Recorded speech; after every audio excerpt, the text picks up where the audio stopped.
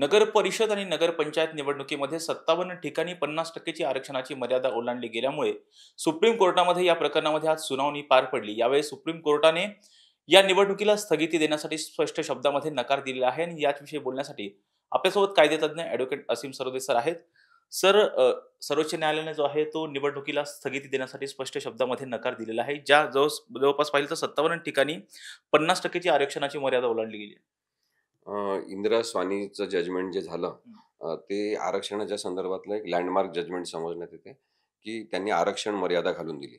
मग त्याच्यामध्ये आपण पाहिलं तर 17 नगर परिषद आणि 40 महानगर पालिका हं. असं काहीतरी 57 ठिकाणी 50% पेक्षा जास्त आरक्षणाची मर्यादा गेलेली आहे. काही ठिकाणी 70-75% पर्यंत गेलेली आहे, की ती मर्यादा उल्लंघन झालेली आहे, हं. असं दिसते. आता तसं होऊ नये असं सर्वोच्च न्यायालयाने स्वतःच इंदिरा स्वानीच्या केसमध्ये सांगितलं होतं. हं. मग आता स्वतः सुप्रीम कोर्टाने जे कायदेशीर मॅन्डेट किंवा कायदेशीर मापदंड तयार केला, तो त्यांनीच उल्लंघन करायचा का हा पहिला प्रश्न आहे. आणि त्यामुळे त्याबद्दल ओबीसीच्या आरक्षणाची पायमल्ली होते आहे अशा स्वरूपाची याचिका ओबीसी काही संघटनांतर्फे करण्यात आली होती. त्याबद्दल सर्वोच्च न्यायालयाने हा निकाल दिलेला आहे आणि त्यांनी सांगितलं की निवडणुका घेण्यामध्ये आम्ही कोणताही अडसर आता आणत नाही. निवडणुका आम्ही थांबवत नाही. परंतु निवडणुका झाल्यावरही या संदर्भातला जो निकाल सुनावणीनंतर येईल, तेव्हा सर्वोच्च न्यायालयाच्या निकालानुसार ते बाधित होतील किंवा होणार नाही हे ठरेल. त्यामुळे जर ही 50% मर्यादा ओलांडणं हे असंविधानिक आहे, घटनाबाह्य आहे आणि त्यामुळे त्या ठिकाणी तशा निवडणुका ज्या झाल्या त्या बेकायदेशीर असं ठरलं, तर संपूर्ण निवडणुका रद्द सुद्धा होऊ शकतात. अशा स्वरूपाचं सर्वोच्च न्यायालयाने एक सूचनाच आपल्याला या निर्णयातून दिलेली आहे. सर, कुठेतरी आपण पाहतोय, की जो अंतिम निकाल येईल, त्यानुसार त्याच्या अधीन राहून जो आहे, या 57 ज्या नगर परिषद आहे, त्यासाठी बांधील असणार. मुळात मला काय वाटते माहिती आहे का, की काही जण याला आता लोकशाहीचा विजय आहे, निदान इतक्या वर्षांनी प्रक्रिया सुरू झाली असं म्हणतात. अ, अर्थातच ही आनंदाची गोष्ट आहे, की स्थानिक स्वराज्य संस्थांच्या निवडणुका इतक्या वर्षांनी सुरू तरी होत आहेत. परंतु कोणतीही प्रक्रिया सुरू करायची म्हटल्यावर ती कशाही पद्धतीने सुरू करायची का ती कायदेशीरतेने करायची? हा महत्त्वाचा मुद्दा या आरक्षणाच्या प्रकरणाच्या निमित्ताने आपल्याला लक्षात घ्यायला पाहिजे. मग आता याच्यामध्ये काय आहे, की आर्टिकल 329 बी म्हणजे भारतीय संविधानातलं कलम 329 बी याच्यामध्ये त्यांनी सांगितलं आहे, की निवडणुका झाल्यावर कोणतेही डिस्प्यूट ऐकण्यात येईल. निवडणुकांची प्रक्रिया एकदा डिक्लेअर झाली, की मध्ये कोणत्याही निवडणुकीच्या संदर्भातलं वादविवादाचं प्रकरण ऐकण्यात येणार नाही. केवळ इलेक्शन पिटिशन म्हणजे निवडणूक याचिका दाखल करूनच ते ऐकण्यात येईल अशी संविधानिक तरतूद आहे. मग आता ही संविधानिक तरतूद काय आहे याचा उद्देश लक्षात घेतला पाहिजे. ही संविधानिक तरतूद यासाठी आहे, की कोणीही कोणत्याही कारणाने निवडणुका थांबवू नये आणि निवडणुका या लोकशाहीमध्ये झाल्या पाहिजे, हा त्यातला महत्त्वाचा उद्देश आहे. कशाही पद्धतीने निवडणुका सुरू असतील, तरी त्या थांबवायच्या नाही, असा त्याचा उद्देश नाहीये. त्यामुळे हे समजून घ्यायला पाहिजे, की मतदानाचा हक्क जो आहे, तो काही मूलभूत हक्क नाही, तो कायदेशीर हक्क आहे, स्टॅच्युटरी राईट आहे. मतदानाचा हक्क हा बजावलाच पाहिजे. पण मग आता आपण हे जे आर्टिकल 329 बी मध्ये भारतीय संविधानाने प्रिन्सिपल ऑफ नॉन इंटरफिअरन्स आपण त्याला म्हणू, की कोणत्याही प्रकारचा अडथळा निवडणुकामध्ये कोणी आणायचा नाही, मध्येच हस्तक्षेप करायचा नाही, निवडणूक थांबवायचं नाही, हे सांगितलेलं आहे. त्याच्यामध्ये त्यांनी इव्हन 226 चे जे रिट ज्युरिडिक्शन म्हणजे हायकोर्टाचे, सुप्रीम कोर्टाचे आर्टिकल 32 नुसारचे असतील ते अधिकार, अत्यंत महत्त्वाचे रिट ज्युरिडिक्शनचे अधिकार, ते सुद्धा त्यांनी त्या इलेक्शन पिटिशन्सपुरती सस्पेंड केले आणि सांगितलं, की केवळ इलेक्शन पिटिशन होईल. रिट ज्युरिडिक्शनमध्ये याचा विचारसुद्धा कोर्टाने करू नये असं सांगितलेलं आहे. हे सांगण्याचं कारण एक आहे, की निवडणुका या चांगल्या पद्धतीने झाल्या पाहिजे आणि त्या कोणी पण चुकीच्या उद्देशाने थांबवू नये मध्येच, म्हणून आपल्याला हे सांगितलेलं आहे. त्यामुळे निवडणुकीनंतरच केवळ याचिका दाखल करता येते. निवडणुकीनंतरच त्याच्यातला घोटाळा तुम्ही बाहेर काढा आणि मग पिटिशन करा. हा जो एक्सक्लुजनचा भाग आहे, त्याच्याबद्दल आता खरं तर पुनर्विचार करायला पाहिजे, असं माझं स्पष्ट मत आहे. जरी घटनात्मक प्रोव्हिजन असेल तरी. याचं कारण काय? कारण की आर्टिकल 324 जे एक आहे परत भारतीय संविधानातलं आर्टिकल 324 त्याच्यामध्ये त्यांनी सांगितलेलं आहे, की निवडणुका फ्री आणि फेअर झाल्या पाहिजे. फ्री आणि फेअर म्हणजे काय, की प्रामाणिकपणे, पारदर्शक पद्धतीने, मोकळ्या वातावरणात निवडणुकांचं आयोजन झालं पाहिजे. मग निवडणुकांचं आयोजन जर तसं होत नसेल, तर ती कायदेशीर जबाबदारी इलेक्शन कमिशन ऑफ इंडियाची आहे. मग आजकाल काय झालेलं आहे, की इलेक्शन कमिशन ऑफ इंडियावर कोणी केसच करायची नाही. इलेक्शन कमिशन जे आयुक्त आहेत, त्यांच्यावर कोणी केस करायची नाही. ते असताना सुद्धा आणि ते निवृत्त झाल्यावर सुद्धा करायची नाही. असा कायदा सरकारने केलेला आहे. म्हणजे तुम्ही बघा बेकायदेशीरता कशी आणली जाते. एकीकडे भारतीय संविधानाने सांगितलं आहे म्हणून म्हणायचं, की निवडणुकीच्या प्रोसेसमध्ये आम्ही हस्तक्षेप करणार नाही, असं सुप्रीम कोर्टाने म्हणायचं, हायकोर्टाने म्हणायचं. आणि दुसरीकडे निवडणूक आयोग ज्याच्यासाठी जबाबदार आहे, त्या फ्री अँड फेअर इलेक्शनच होत नसतील, तर त्याच्यासाठी आता विचार झाला पाहिजे, की मूलभूत उद्देश भारतीय संविधानाचा आहे, तो निवडणुका मोकळ्या, पारदर्शक, प्रामाणिक वातावरणात झाल्या पाहिजे हा आहे. आणि त्या उद्देशाला अनुषंगूनच आपण आता अन्वयार्थ काढले पाहिजे. हा 50% कोट्या संदर्भातला जो निकाल आता आलेला आहे, त्याच्यामध्ये हे सुद्धा चुकीचं आहे. आपण समजून घ्या, हे अत्यंत चुकीचं आहे, की आता तुम्ही निवडणुका घ्या. पण नंतर जर आम्हाला आढळलं, की 50% आरक्षण मर्यादा जी उल्लंघन झालेली आहे, ती चुकीची, बेकायदेशीर किंवा घटनाबाह्य आहे, आम्ही ते निवडणूक रद्द करू. म्हणजे हा पोरखेड आहे का? हे समजून घ्या. आपण आपण काही न्यायालयाचा अपमान करत नाहीये. न्यायालयाच्या निर्णयाचं विश्लेषण करण्याचा हक्क आपल्याला आहे. आपण हे समजून घ्या, पोरखेड आहे का हा? की लोकं पैसा खर्च करतात पाण्यासारखा. आज निवडणुकीमध्ये अत्यंत भ्रष्ट वातावरण तयार झालेलं आहे. काहीही करून निवडणुका जिंकायच्या ही एक प्रवृत्ती तयार झालेली आहे. अशा वेळेस निवडणुका झाल्यानंतर कोर्टाने जर ठरवलं, की त्या निवडणुका आम्ही बेकायदेशीर ठरवतो, तर त्या व्यक्तिगत अ, उमेदवाराचे पैसे गेले, वेळ गेला, राजकीय पक्षाचा वेळ आणि पैसा गेला. याच्यापेक्षा जास्त महत्त्वाचं आहे, की आपण एक चुकीची प्रक्रिया एस्टॅब्लिश करून इलेक्शन कमिशन ऑफ इंडियाचा सुद्धा, देशाचा सुद्धा वेळ वाया घालवतो आहे. याची जाणीव कोर्टाने ठेवायची नाही. याची जाणीव कोर्टाने ठेवलीच पाहिजे. ही भारतीय संविधानाने त्यांच्यावर जबाबदारी दिलेली आहे. आणि त्यामुळे मला वाटतं, की अशा प्रकारचा निर्णय, की सब्जेक्ट टू डिक्लरेशन आम्ही ठरवू. मग आता दुसरा भाग तर हा सुद्धा आहे, की कदाचित हे निवडणुका 50% आरक्षणाच्या मर्यादा उल्लंघन करूनही झाल्या, तरी त्या योग्यच आहे असं ठरवलं जाईल. तर मग तुम्ही बेकायदेशीरता तुम्ही सुप्रीम कोर्टातून, हायकोर्टातून आणणार आहात का?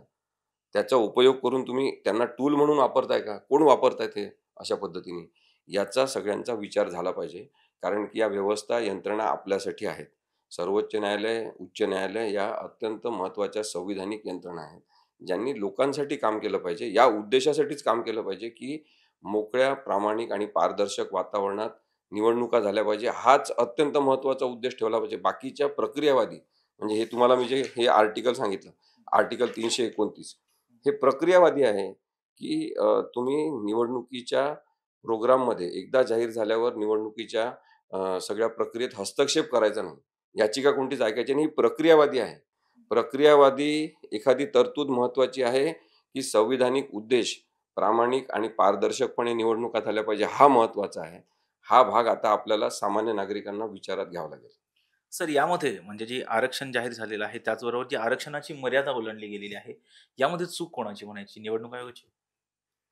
निवडणूक आयोगाची चूक आहेच, कारण की हा निर्णय इंदिरा साहनीचा जर अस्तित्वात आहे, तर त्यांनी त्यांच्या सगळ्या अधिकाऱ्यांना म्हणजे स्टेट इलेक्शन कमिशननी त्यांच्या सगळ्या जिल्हाधिकाऱ्यांना जे डिस्ट्रिक्ट इलेक्शन ऑफिसर असतात, त्यांच्या हाताखाली ब्लॉक लेव्हलचे इलेक्शन ऑफिसर असतात, सगळ्यांना या निर्णयाची माहिती असायला पाहिजे.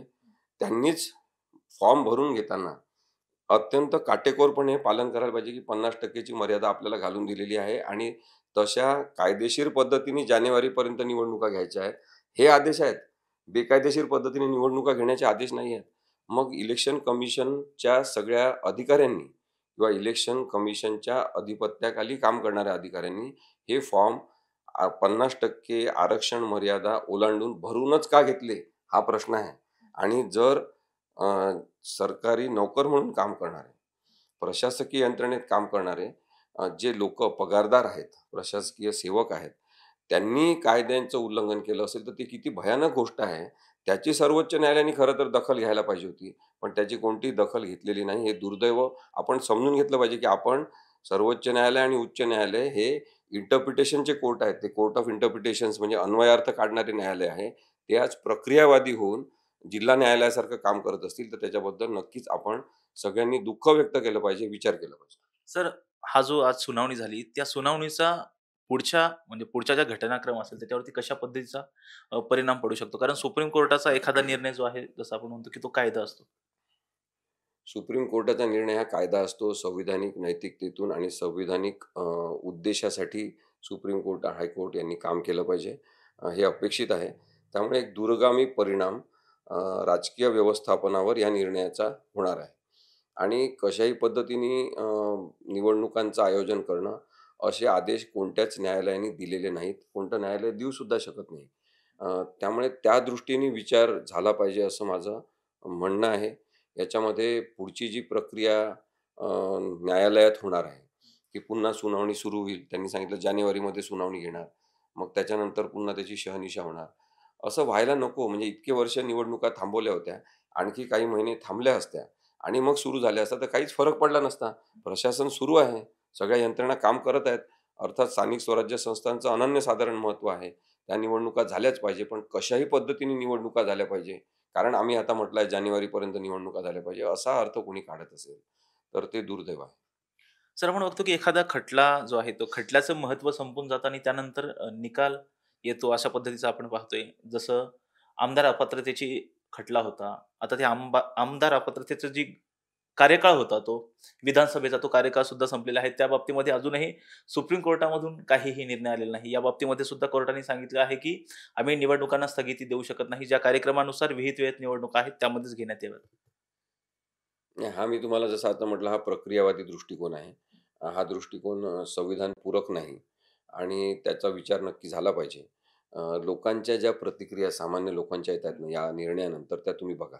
ज्या बातम्या तुमच्या चॅनलतर्फे दाखवण्यात येतात त्याच्याखाली लोकं कमेंट करतात. ते म्हणतात की आता पुढचे 5 वर्ष काही निर्णय होणार नाही. लोकांमध्ये जर अशी नाराजी निर्माण झाली असेल, लोकांमध्ये जर अशी भावना निर्माण झाली असेल, असं मत त्यांचं नक्की होत चाललं असेल, की आता ह्या निवडणुका कशाही झाल्या 50% ची आरक्षण मर्यादा ओलांडून झाल्या तरी आता काही होणार नाही. आता हा निर्णय पुढचे 5 वर्ष होणारच नाही, असं लोकांना वाटत असेल, तर तुम्ही विचार करा विश्वासार्हता किती खालच्या स्तराला गेलेली आहे.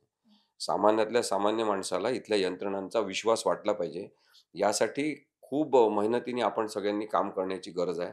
न्यायव्यवस्थेवरचा विश्वास कायम राहिला पाहिजे, तर लोकशाही यंत्रणांचा विश्वास कायम राहील. न्यायव्यवस्था ही प्रशासनावर इलेक्शन कमिशन सारख्या एखाद्या आपण त्याला म्हणू काय स्वायत्त यंत्रणेवर सुद्धा नियंत्रण ठेवणारी व्यवस्था आहे.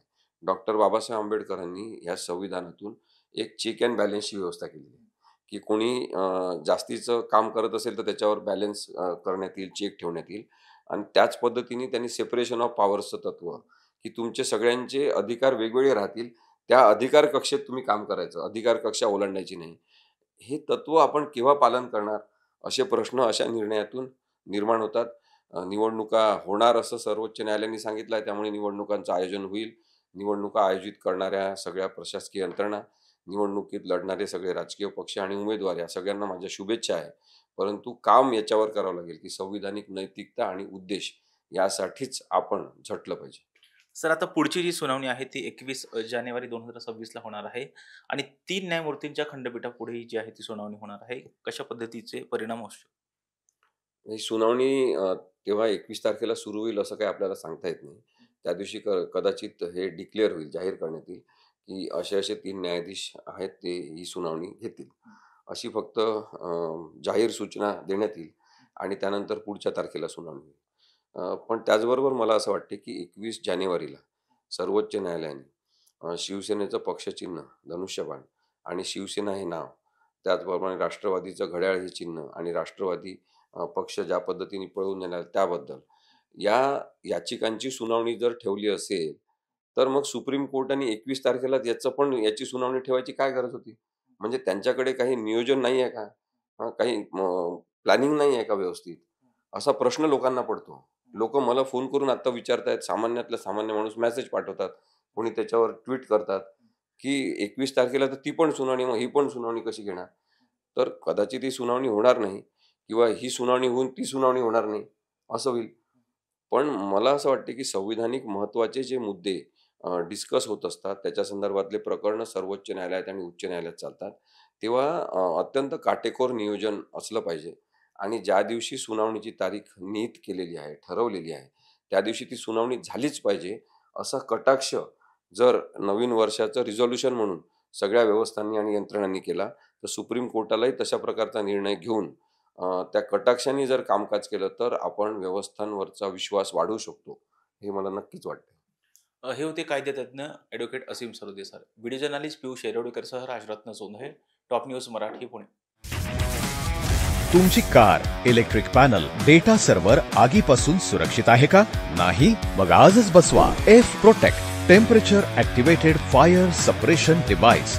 यामध्ये आहे eco friendly non toxic pressurised liquid, जे आग लागल्यास क्षणार्धात ॲक्टिवेट होऊन आगीवरती मिळवते नियंत्रण. बसवण्यास अतिशय सोपे आणि सुटसुटीत.